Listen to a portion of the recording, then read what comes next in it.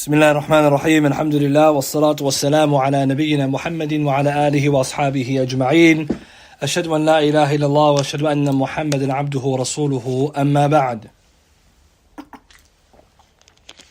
Continuing our lessons on the fiqh of marriage, a concise summary.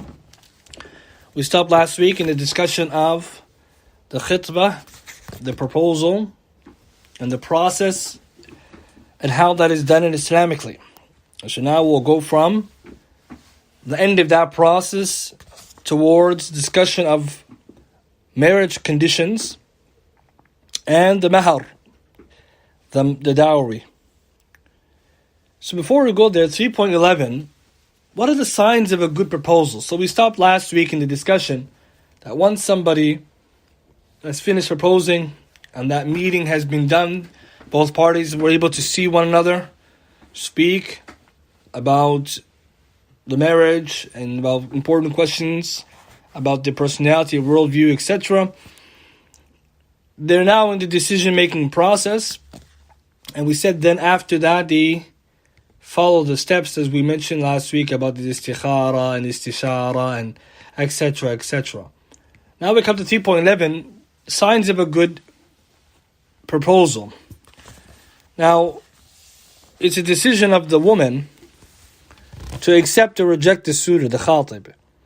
And that's because from the conditions of the aqd and nikah, the marriage contract, is the acceptance or the pleasure and agreement of the woman as well as the man.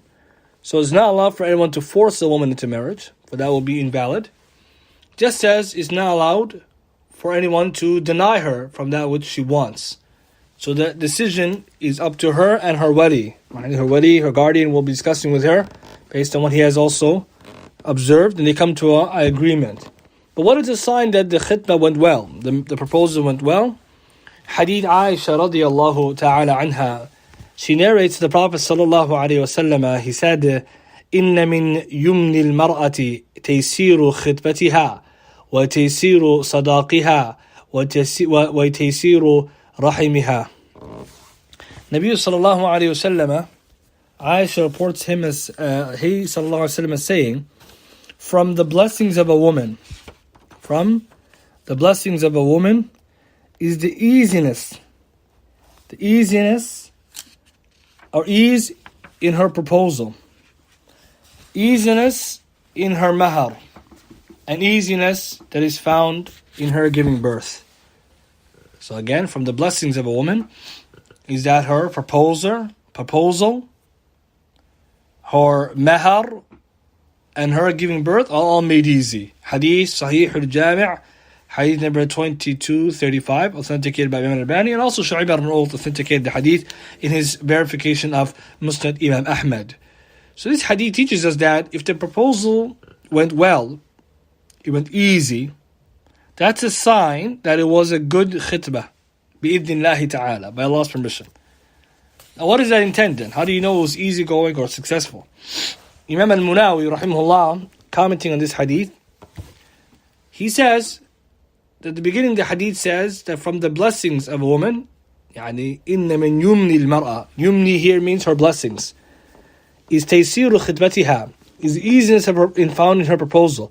He means ease for the suitor, for the one who is proposing, to ask for her hand in marriage from her guardians, and that their response, i.e. the response of the guardians of the woman, the response of the woman and her guardians, is easy without any delay. Allahumma barak. Without any delay. That's a good sign. I mean, they accept immediately or quickly, because they found that the person who is proposing is qualified or is a good match. Then he continues, the hadith says, وَتَيْسِيرُ صَدَاقِهَا, and easiness found in her dowry. And we're going to get to the mahar soon. But that means that it's not severe, it's not large in amount. And the dowry being present or already being present in the hand of the suitor, or the fact that it's not difficult for him to obtain it. Yani a good mahar, a good sadaq, is the one which is easy for the suitor, the khatib, to provide for the woman after they agreed upon it. Not the one that is excessive and requires a lot of ta'ab, difficulty to find or obtain, and this is a problem that we may find in our society. And the last part of the hadith, وَتَيْسِيرُ رَحِمِهَا, which means easiness in her womb, or in her, literally her giving birth. And Munawi says, rahimahullah, in giving birth, in that she is quick to give birth and increase the lineage, i.e. she has many children. And we spoke about that as a quality that is praiseworthy for a woman. Now, with that, all this being said, somebody now may ask, these signs are signs that something is, or that the proposal went well, and that the marriage is blessed. And the opposite is true. That if these signs are absent, it's a sign of concern. Not to say that the person who, if he got married or was getting married, things were a little bit difficult. That doesn't mean that if there were some challenges, that it was a wrong thing. Rather, we say that this is inshallah a blessing of the woman, to show that the woman is a good woman, the family is a good family, and the fact that Allah subhanahu wa ta'ala blessed this union. That's what the hadith is telling us. Because some may understand the hadith incorrectly and say then if I found difficulty in the process, that means there's no barakah. No, it doesn't necessitate that. But we do need to be careful of the fact that we don't make the process difficult. And Islam, this is dalil that in Islam encourages ease when it comes to this process of marriage, because of the khayr that comes from it. And excessiveness in mahar, excessiveness in pickiness in choosing or making difficult for the people proposing, the men, or the difficulty that may come from the wali, or difficulty when it comes to anything regarding the marriage, it's not a good sign. It's very important that a person understands that, because unfortunately this is the reality many people are witnessing in our times. We witness this a lot.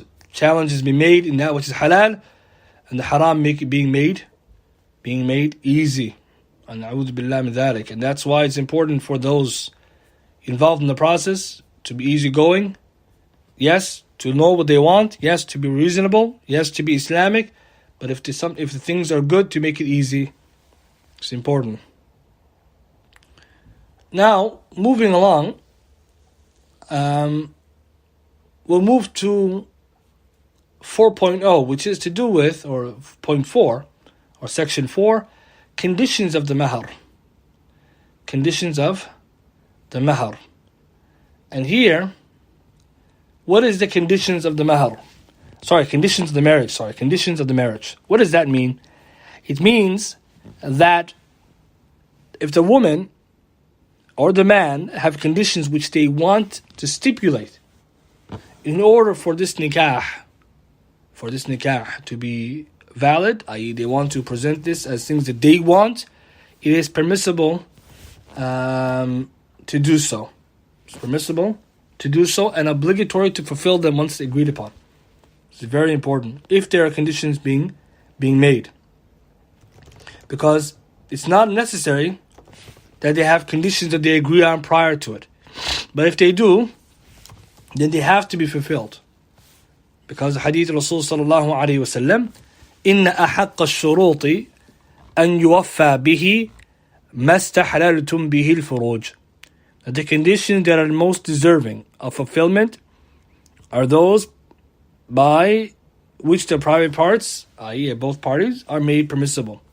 I.e. the conditions which are agreed upon prior to the marriage, which then they accept, to which then they got married, i.e. and the private parts became permissible for one another.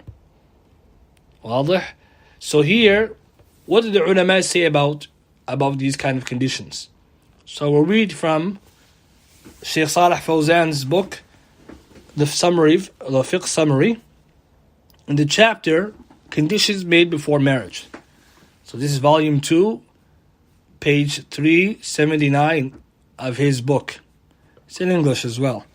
There the Shaykh, he says that they are conditions set in the marriage contract by one of the two spouses to be fulfilled by the other in the best interest of the former. And they are stipulated whether through the marriage contract or any previous agreement. Such conditions are of two types. So here, it's not a must for the validity of the marriage that there be marriage conditions. But let's say one of the two parties or both parties have certain things that they want to fulfilled in order for their marriage to go, because they know what they want and they know what they need. And they stipulate it out of fear that it may not be fulfilled otherwise. It is permissible for them. And this can be stipulated in the contract itself, or it can be stipulated before that. There are two types of conditions. One are valid conditions, and the second are invalid. So valid conditions are conditions, the Shaykh says, according to the majority of the fuqaha, the faqihs, the jurists, it is valid. Is a valid condition is when a woman stipulates that a suitor must divorce. Now he gives examples. So he says now, some examples. One of them have to do with things somebody wants before the marriage. Another one has to do with things that the wife wants for the marriage. And others can do with things that the wife wants after the marriage. The idea is, the valid conditions are those which the Sharia hasn't prohibited. The Shaykh gives the examples, and we'll mention just one of them, because there's a lot of speech here.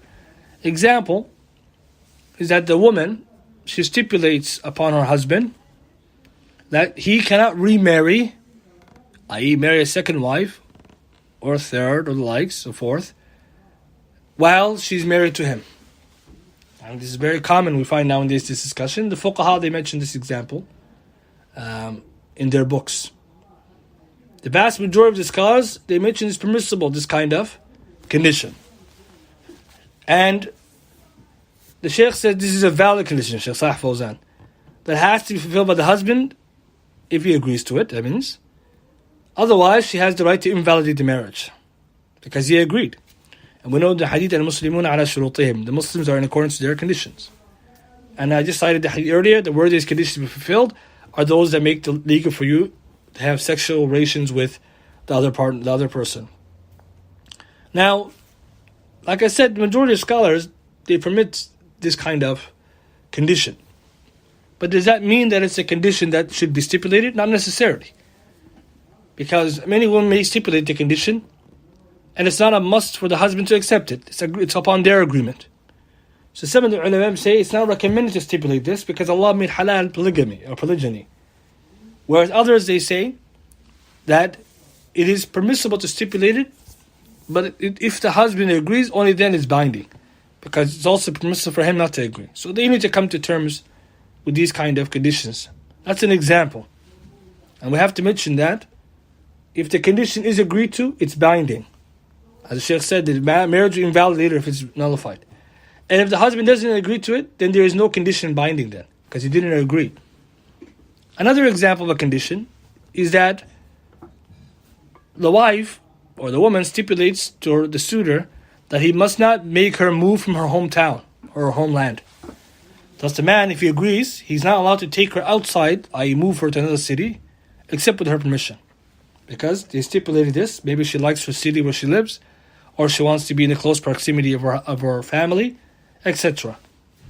So if the husband agrees, it's binding. It's very important to understand that if these agreements are stipulated, that they come to terms and they agree, or they communicate at the very least, not hiding these conditions. As often these conditions are not discussed, and later on, these to become mashakil, discussions and issues that are raised. Because if they were concerning to one of the two parties, they should have mentioned it beforehand. Likewise, another example, he says, stipulating a certain amount for the dowry, or that it be paid in certain currency, etc. Umar Khattab radiallahu ta'ala anhu authentically reported that he was asked, when he mentioned this discussion, a man said that the women, if the case is that we have to fulfill their conditions every time that they stipulate them, then the women may divorce us. And Umar radiallahu ta'ala anhu then said, the judgment on rights is based upon the stated conditions. And what he means by that is that the rights of the husband and the rights that he has are there in Islam, but they will be circumvented, i.e. they will be overlooked if he can agree to a condition stipulated earlier. So it's not enough for him to agree, for example, to a condition, and then on just invalidate it because he felt like it, and say it's my right to do what I want. I don't know, al-Muslimun ala shurutihim, you agreed. And that's why the conditions are very important that they be discussed in the beginning, if there are any, and that they be agreed upon, and they be something which is documented. Because these conditions then, they can have heavy weight on the validity of the marriage. And we'll continue, the Shaykh continues, and he mentions, Imam Ibn Qayyim says, rahimahullah, Such conditions must be kept as they are the worthiest to be fulfilled according to the principles of the Sharia. Reasoning and sound analogical deduction. Hence, if the woman does not consent to give herself to someone, except on a certain condition, such a condition must be fulfilled. Otherwise, the marriage contract will not be established on her consent, and it will make her liable for uncalled for duties that are not enjoined on her by Allah and His Messenger ﷺ. So, the bottom line is, even in the Quran we see that conditions in marriage are there. Musa ﷺ, when he married the wife of the old man from Midian, Surah Qasas, chapter 28, verse 27, he said that I will marry. He said, indeed I wish to marry one of my two daughters to you. For what? على أن تأجرني 8 حجج فإن أتممت 10 فمن عندك وما أريد أن أشق عليك ستجدني إن شاء الله من الصالحين. So he said that you served me for 8 years, but if you complete 10 years, it will be as a favor from you. And I do not wish to put you in difficulty. You will find, if Allah wills, from Allah wills from the righteous. Here is clear evidence in the Quran that Musa a.s. accepted that condition, and a stipulation of conditions in the marriage contract is permissible, and that is for the maslahah of the one stipulating. And it's allowed for the man to stipulate also some conditions if he has as well. For example, that he would need this and this and this. So that's why it's important in the beginning, if a suitor and the woman agree that they want to get married, that they should have a conversation about the conditions prior to the marriage, so that there is no confusion. If these conditions are very important, that they be discussed. Another example would be a woman stipulating to her husband that she wishes to work. This is a very important one nowadays, a very common one. A woman may have in her mind that she wishes to work as she began working, or maybe she's working prior to the marriage. If the husband agrees, it's important that she continue to work, then it's not allowed for him later to deny that. It's very important people are listening. If he agrees in the beginning that she is allowed to work, he agreed to that, and then later on he cannot tell her, okay, now you can't work, because he agreed, and it's a sharat. But let's say they did not agree, and they got married, and then now she wants to get married. Now she wants to go to work. In that case, the ulama say that it's not allowed for her to do that unless they both agree.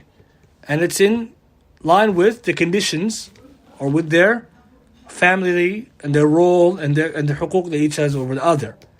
So it's really important for the women to understand it as well. Because if she wants this condition, they should be discussed beforehand. And likewise, if there is no agreement, then later on for her to want to work must be in agreement to both parties. The husband has to agree to that and consent to it, because he has haqq over her to work in the household.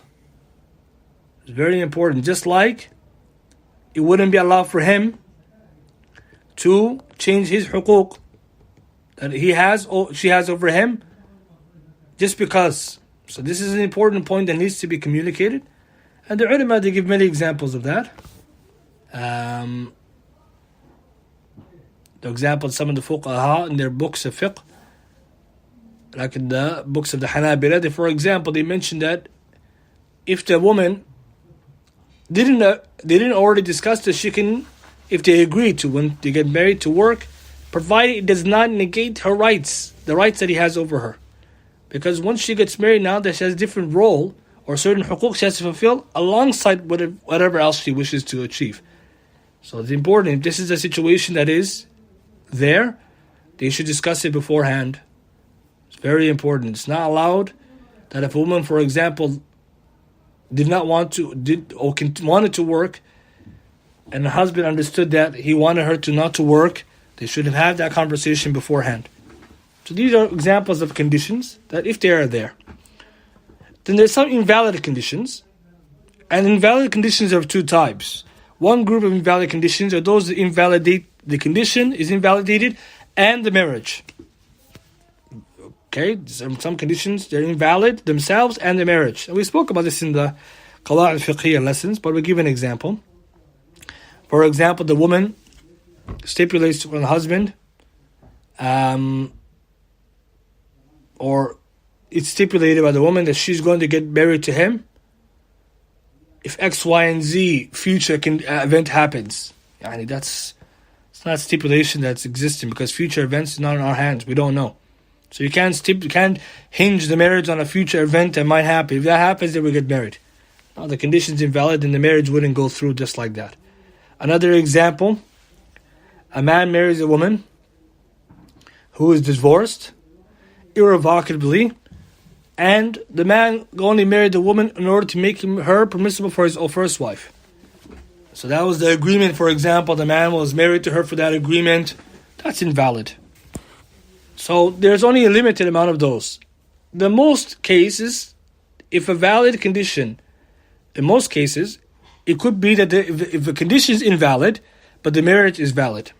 And that's many examples. Example, they got married with the condition, let's say, the Sheikh says, Sheikh Faisal, that they both got married with the condition that the woman will not get a dowry from the husband. Let's assume this. Is the nikah batil or sahih? Correct opinion, it's valid. However, the condition is batil, because you have to give the mahar. It's clear?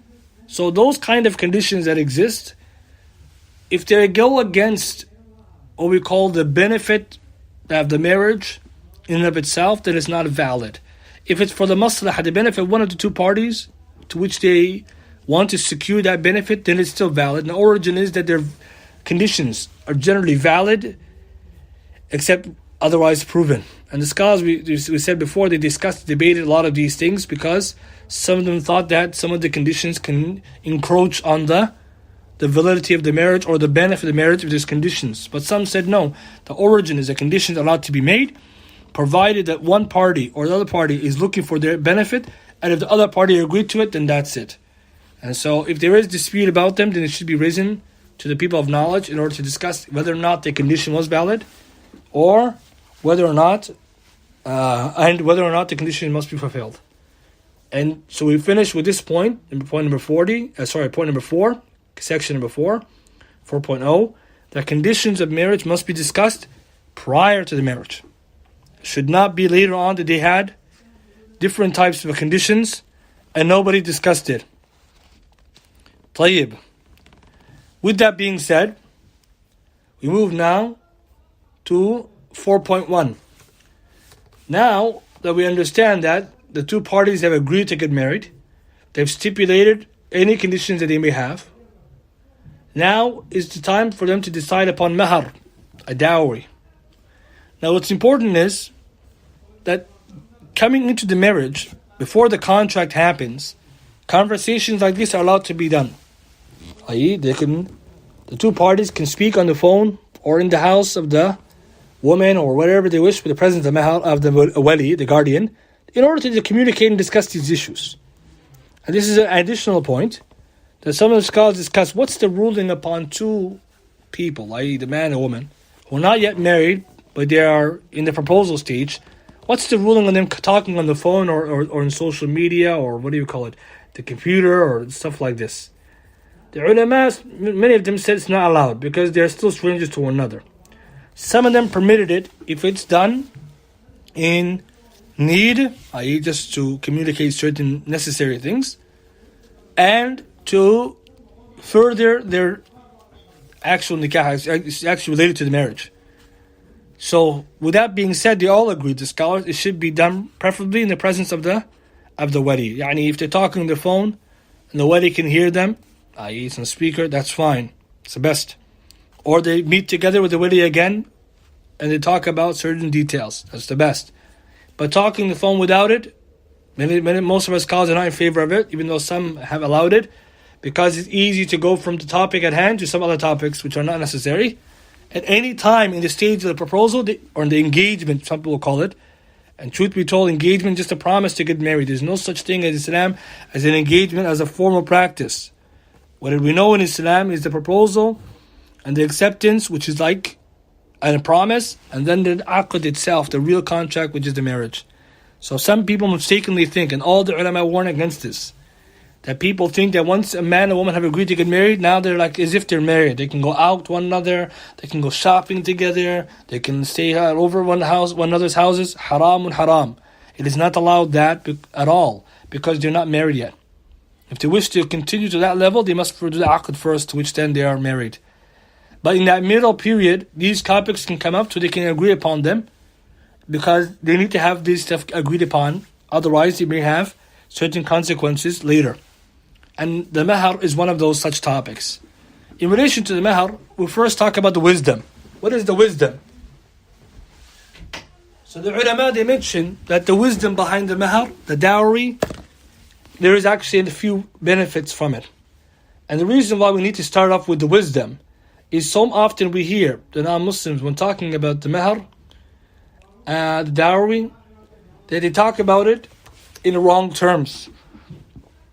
The non-Muslims themselves, they used to have the condition or the quality and the practice of giving dowries. And they used to call it the bride price, the bride's price. And this is wrong terminology, un-Islamic. In Islam, we don't believe in a bride's price, because you're not buying the woman. You can't put a value on a woman, a righteous woman or woman. You can't. You can't put a value. So what it is a gift. It's not a price. So first we must make tasheeh, correction of our language. The disbelievers, when they use this terminology, they often use this in negative connotation in order to raise questions about the Islamic method or any culture that gives the dowry, because they themselves used to do this, and truth be told, they were the ones who used to sell their brides. They're the ones, as we know tradition historically, they're the ones who used to engage in wife selling. In Islam, haram, it's absolutely categorically prohibited. So language is very important, which then raises the question, if it's not a bride's price, what exactly is the mahar? It's a gift. كما قال الله تعالى في سورة النساء. Allah says in Surah An-Nisa, chapter 4, verse number 4. وآتوا النساء صدقاتهن نحلة. وآتوا النساء صدقاتهن نحلة. And give the women their bridal gifts graciously. Our brothers and sisters, we need to understand this. This is where, as Islam, we always need to appreciate our Sharia. By knowing the hikmah at times, the wisdom, we have to make jama', combine between dalil wa ta'lil, evidence and reasoning. Why? Because these questions come up. If someone thinks, the mahar is a price the man pays in order to be with the woman, what do you mean by that? Yes, the ulama, the fuqaha, the jurists, a lot of them mention that the mahar is in exchange for the right for intimacy and nearness. Many of them mention this.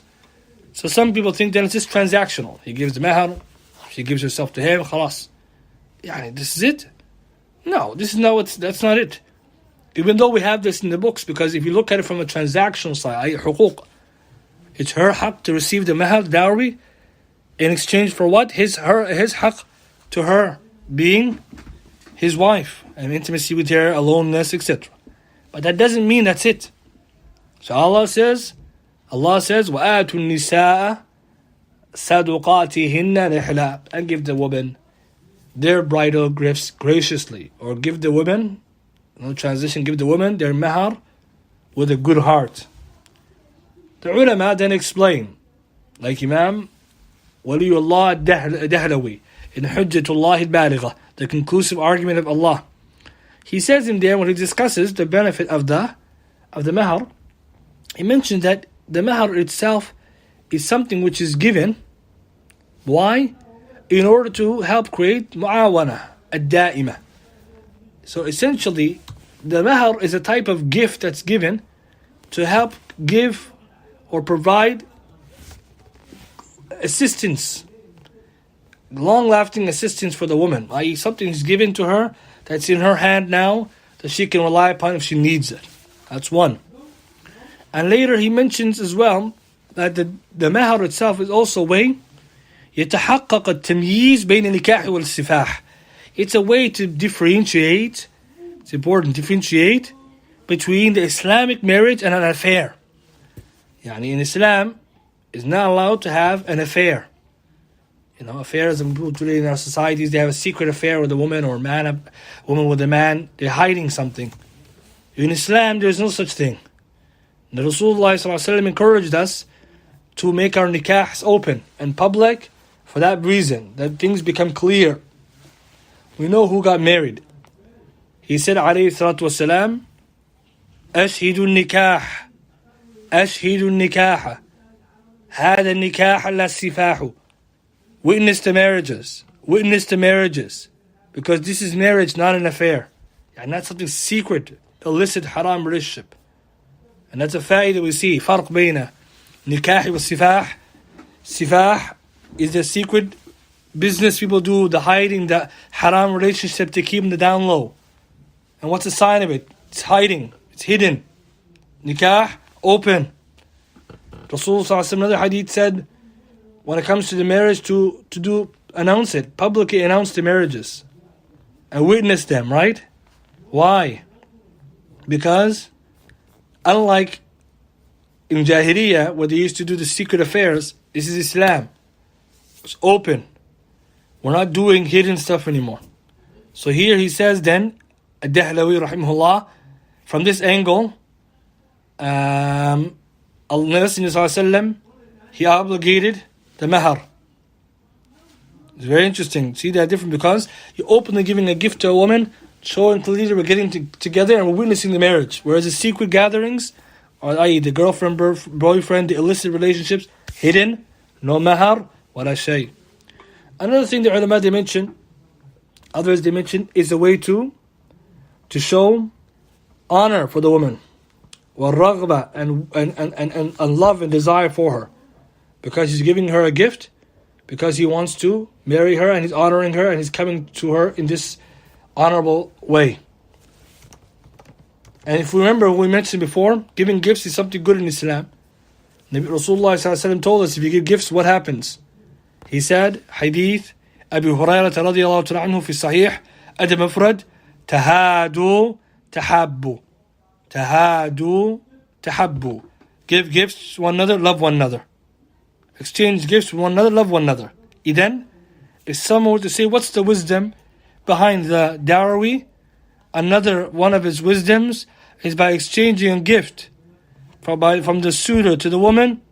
It not only shows honor, open marriage, but engenders love. Because you give a gift, you love one another. Allahumma barak. That shows then it's a good start to generate the love between the two spouses. And again, the ulama mentioned more, but that will suffice us. So this is important to understand that. Then, if we understand the wisdom, what are the rulings regarding the mahar?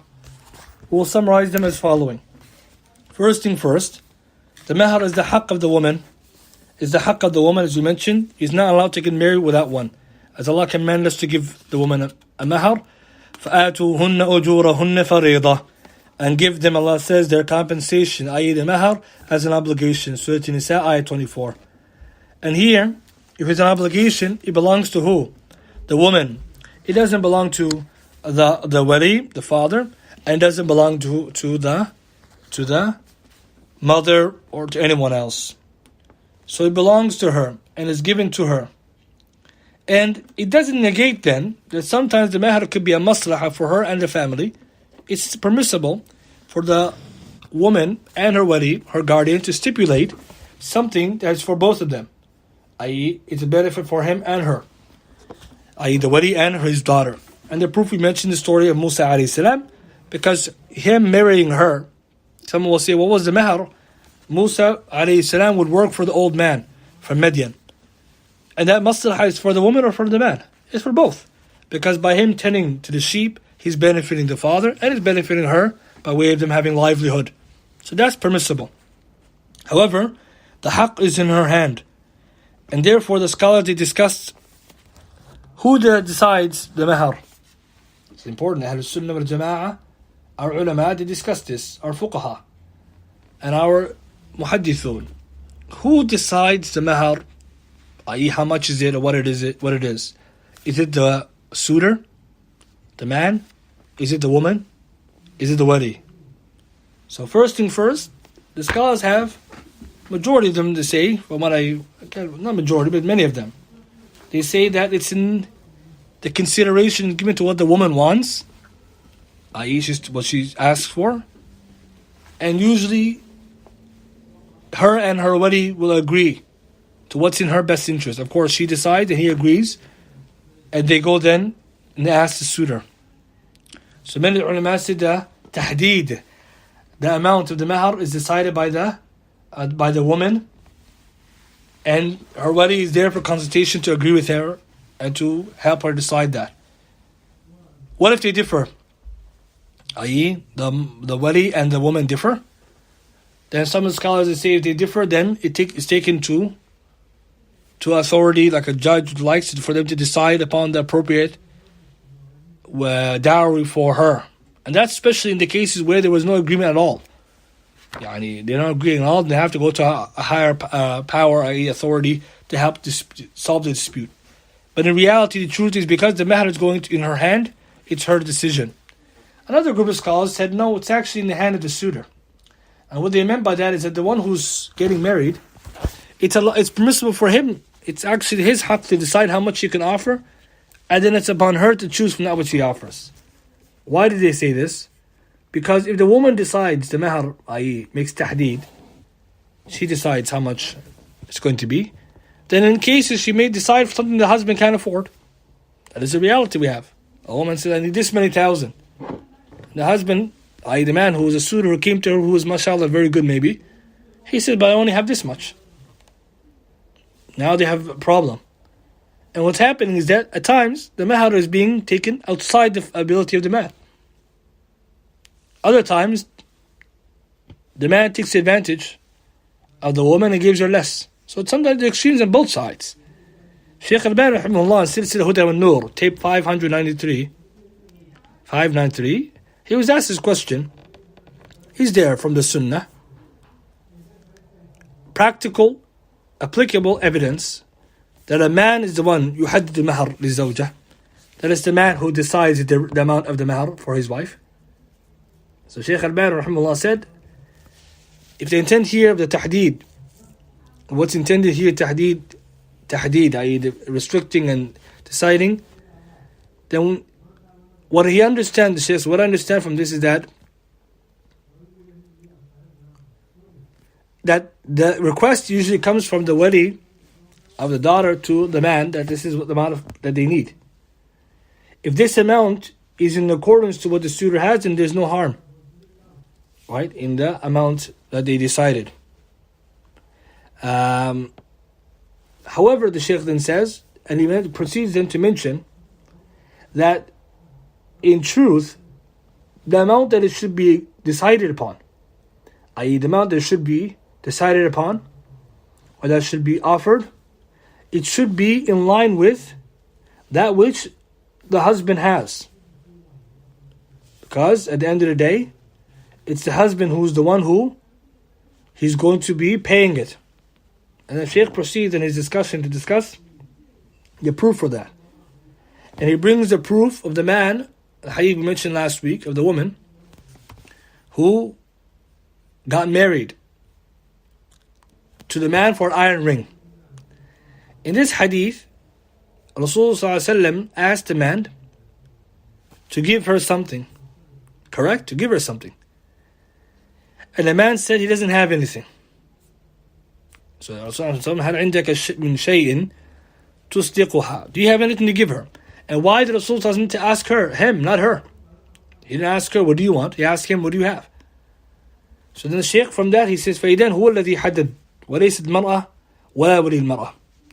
The Shaykh then said, based on this, in his view, it's the man who decides how much he can afford, not the wali, or the guardian, nor the woman. And he mentioned another proof, which is the hadith we find when Abdul ibn Auf came to Medina, radiallahu anhu, and he got married after migrating to Medina with the Muhajirun. He got married. Nabi sallallahu alayhi wa sallam, he asked him, what did you give her? He said, wazni nawatin, a date stone of gold. And Rasulullah sallallahu alayhi wa sallam then said, give her walima even with that one sheep. So here the Shaykh, Alhamdulillah, Shaykh Albani concludes that from here, this is the way that it should be done. And if you look at what majority, or not majority, many of the scholars they hold, is that the man and the woman, they need to come to terms with something which the man can afford and the woman wants. So we have then two views. Most scholars, like I said, they are the view that it's the woman who decides and the wali agrees and then presents that to the suitor to offer to agree. But the problem we find also is that if they are not in line with one another. And that's why excessive muhur, excessive dowries are very common and not allowed in Islam.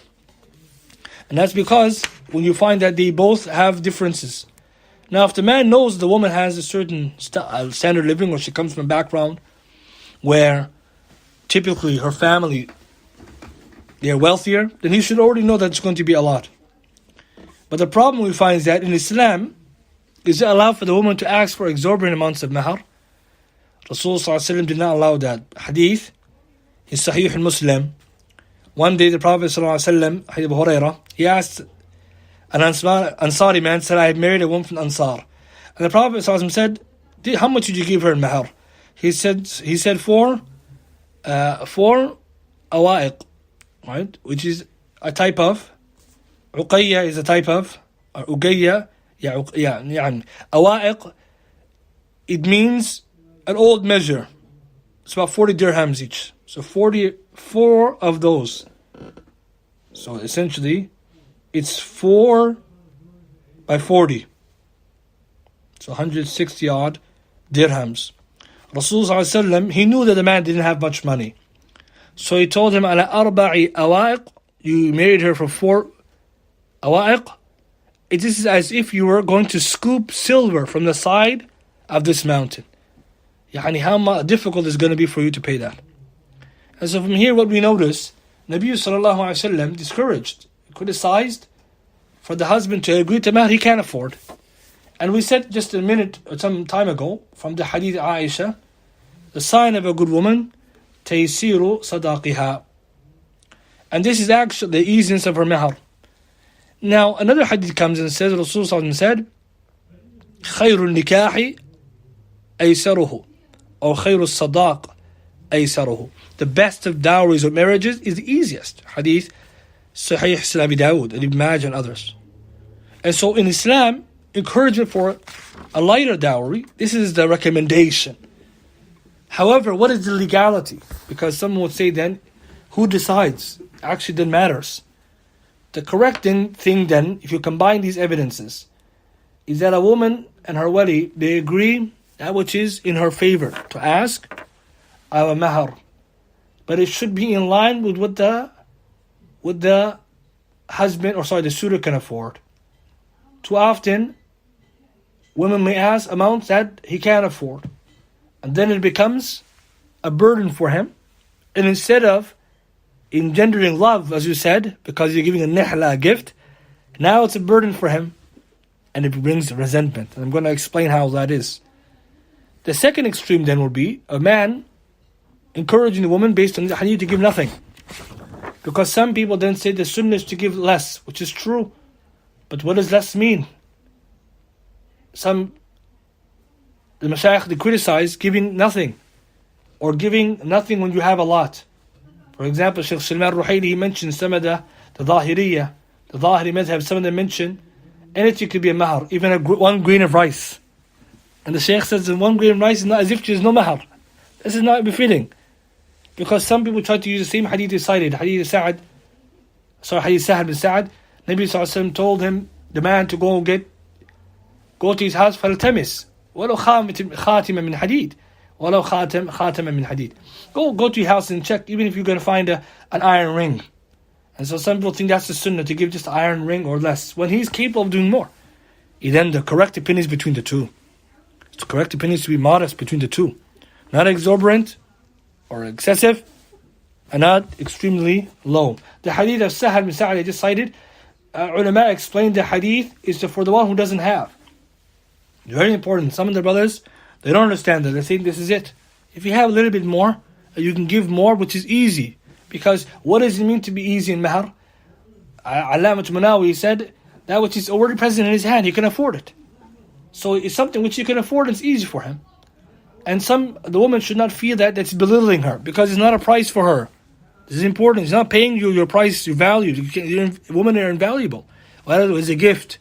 And that which is done with barakah, unless it actually helps the marriage. And we're going to explain in a minute. But some brothers should know that it doesn't mean giving just less. For example, they said that the man he taught the Quran. So therefore it's sunnah just to teach the Quran. No. Because Rasulullah ﷺ and the Sahaba for the most part gave actual wealth. That's number one. Number two, Rasulullah ﷺ accepted for the dowry of Fatima. And this is very important. The dowry of Fatima is a very important kind of standard. Some of the scholars, they use the dowry of Fatima as a amount that should be fixed. And that's not correct either. You can't fix the mahar to that amount or less. The ulama said there's no proof for that.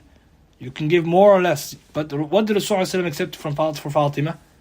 When Ali radiallahu anhu married her, he said, I don't have anything.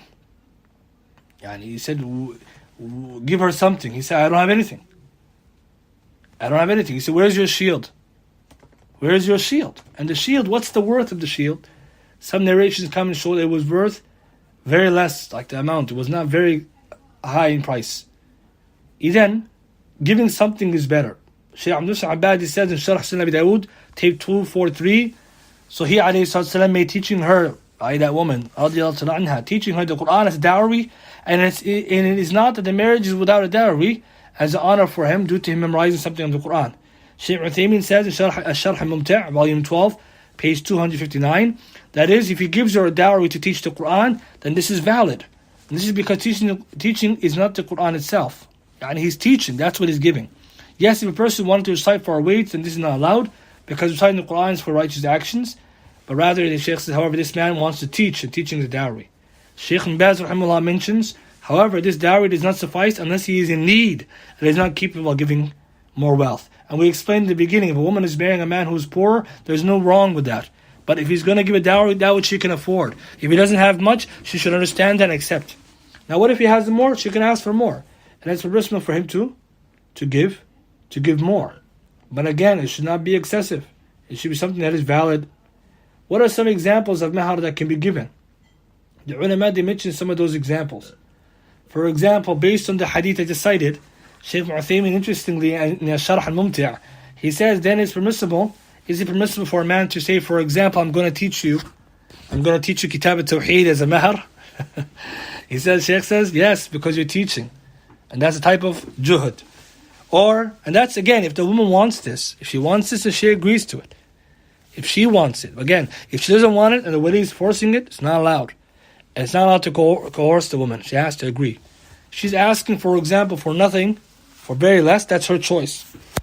But she has the right to ask for wealth. It's not demeaning it, because the man is giving this is a gift to honor her and also for her own benefit. Shaykh gives other examples, the same thing, like if teaching Zad al-Mustaqna' or any other example. How about, for example, some of the scholars discuss, what about the woman asking for Umrah or Hajj as a mahar? It's very common, people do that. The permanent committee, they said it's permissible to do that, to ask for the price or pretty much the price of the travel and the event of Umrah. But it's important to put something into place, which is that the mahar, it should be given immediately. Mu'ajjal, not mu'ajjal. It should be given immediately, not delayed. And that's another problem that happens. Some cultures, they believe in the mahar, delayed mahar. The sunnah is the advanced mahar. Do not to delay anything. You give it immediately. Preferably before they move in together or they have intimacy. You give the mahar. And the proof is that the hadith of Sahl ibn Sa'ad, Rasulullah told him, go get a ring to give her. You give her something. Because when it comes to delayed mahar, a lot of times it never gets paid. And some cultures, they divide into two. For half here, half there. Half in the beginning, half at the end. And the half at the end never comes. It's upon condition of divorce. Which means the man never divorces. And so we find the woman doesn't get. Many cases that happens, and that's oppression. To deny her mahar. These are things that will come Yawm al-Qiyamah. If people don't give the mahar to the woman, which is her haqq. And the same is true then, that some women, they may argue, in today's time especially, that giving a large amount of mahar is good as a security just in case a woman gets divorced. Because we said the mahar is going to help the woman. It's a gift. She might need it if she's divorced. And this logic sounds sound if you hear it on face value, but if you think deeply about it, it's not correct. And the ulama explain why. Because just like in Islam, man has to give mahar, he has to also give furnishings for the house, for the accommodation. Correct? And we'll mention this later, but Nabi Sallallahu Alaihi Wasallam used to help in the furnishing. He used to help in furnishing the house for Ali radiallahu ta'ala anhu when he got married to Fatima. Before he sent Fatima radiallahu ta'ala anha to the house of Ali, he furnished the house. Then, if he's going to help in the furnishing, why? So that the husband doesn't give. As Mashaykh mentioned, so much in the beginning, high mahar, high accommodation, high everything, and then he resents the woman because he gave everything. The more he gives, the higher his expectation is of her, because he's giving so much. It's not barakah now. Now it's becoming a burden. And then when the woman does not live up to his expectations, because she may make a mistake, or she's not as he imagined, immediately he will not tolerate it. Then how is that necessarily important? Where in Islam does it come this idea you have to secure yourself for the future? This is the feminist talk. And feminists, and I'll be very clear, in feminism, they encourage the woman to have her own income, her own wealth in preparation if the man were to divorce. In Islam, this is already factored in. We mentioned this in our classes on feminism before. That in Islam, that a man, if he were to divorce the wife, there is already assistance, spousal support in the Sharia that the man gives on her way out. On top of that, he takes care of her expenses. On top of that, i.e. when they're married, and on top of that, if she has her own money, he's not allowed to take. So the mahar is already a type of security. But lastly, the problem we have then is it's a two-way street. That if a woman asked for, I'm not saying excessive, I'm not talking about moderate, I'm talking about excessive. And excessive is in accordance to what the husband cannot afford. This is important. We're not saying that a certain amount of money which is reasonable. No, reasonable is reasonable. And it's a must upon the husband to offer reasonable things. But in the case of exorbitant or excessive amounts, out of the claim that in case she divorces, this then is a two-way street. If she then divorces and asks for khula', he needs to receive all of it back. And we don't hear that logic or rhetoric in the conversations. In Islam, a woman divorces a man, he needs all the mahar back, every cent of it.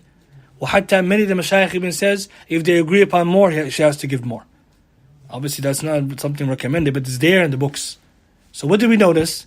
If he gives a lot and things don't work, either from her end or his end, either she's going to give back. If she asks for divorce, all of it, so it's not really going to help her if she was trying to get secure. Or he gave a lot, and then what happens? He had too much expectations of her and resentment from all that he gave, that the marriage falls through instead of lasting. And that's why you may see the hikmah giving less is for barakah. And Nabi Sallallahu Alaihi Wasallam said that. And last point is, just in case someone misunderstand this and say, then why then so emphasis on less? This is not right. The husband, if he gives less or larger dowry, he still has to take care of his wife. We need to factor in the reality. He's still going to take care of her the rest of it. So if he gives a lot of money or less money, he's still going to take care of her. So it's not like to say that he gave her so much and then he ran out of everything for the expenses. And we need to bring in the Islamic logic, because today's time we hear things on the internet and social media which are not kitab and sunnah. Every statement anyone brings must be weighed against the Quran and Sunnah or Fahm al-Salaf. If it is not in accordance to it, we don't take it. And I'm saying this clearly because in today's world, sad to say, on social media things trend which are not befitting, and we should ask a better question, which is, what did Rasulullah sallallahu alaihi wasallam do? What did he teach? What did Sahabatul Kiram radhiyallahu anhum do? If we ask these questions, we'll get the answers. So the bottom line of all that we were saying, and we'll end with this much, is that the mahar should be a reasonable amount, not very less, and not excessive. Rather that which the husband can afford, and inshallah that will bring barakah to the household and will allow them to prosper. Next week we'll continue that if they agreed upon a mahar, how much it may be, what's the next steps. And also in the case that they don't agree upon a mahar, then the ulama say, let's say they differed. In fact, they got married without explaining the mahar. Then they go to what's called mahar al-mithl. Mahar al-mithl, which means an equivalent, a mahar of equivalency, which means that a man and woman got married and did not cite or make mahar musamma. Yani they didn't mention a mahar specifically, that a woman receives the amount, generally speaking, culturally speaking, a woman will get if she got married. And that's in the situation where they didn't agree. And later on, the woman asked the husband for the mahar, and he said, we didn't agree upon anything. And they don't agree upon anything, then they go to that. Yani they go there if they don't have anything that they've agreed upon. That's why it's preferable to agree beforehand, so that later on they don't get into this kind of problem. Or if he passes away and the mahar wasn't given, how much should be taken to give from his wealth in order to give before the inheritance? How much should be given for her? It goes back to mahar and mithl, the equivalent mahar of equivalency, dowry of equivalency. And so the reality to decide the mahar beforehand is better, and to be agreed upon and to be reasonable, and each party should be speaking in good terms and reasonable amounts. Bi'idhnillah, we will stop with this much. If anyone has any questions, we will take it. Wa illa, we will end.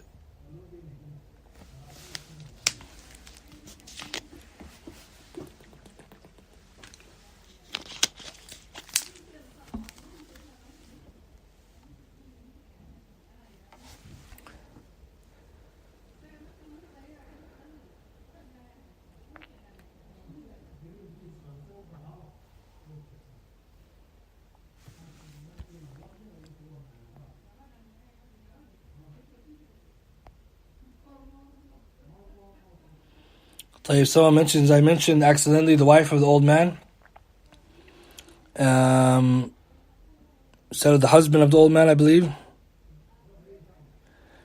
Yeah. So the story of Musa alayhi salam and the old man when he got married to the daughter of the old man. Barakallahu feekum.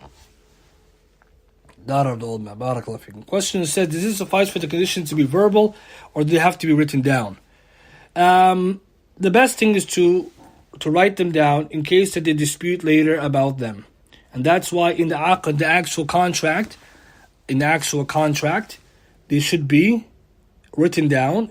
It's not a must. In Islamic law, the aqd doesn't even have to be written down, the contract. It can be all verbal, as Rasul Sahaba anhum got all married. They were all married verbally.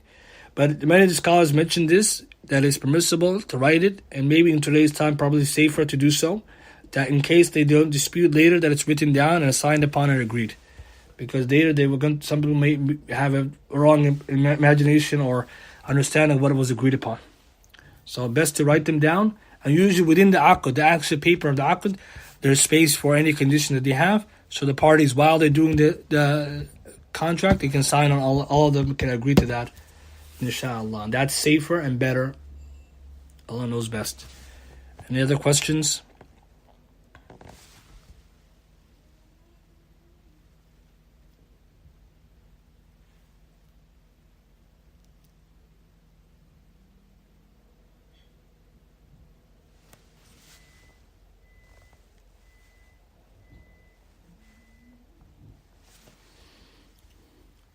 طيب, inshallah, if there's no more questions, next week, inshallah, we will go from the stage where now they have prepared for marriage to the next part, which is how the actual contract is conducted, to then the steps after that, which is the walima, the banquet, and the likes.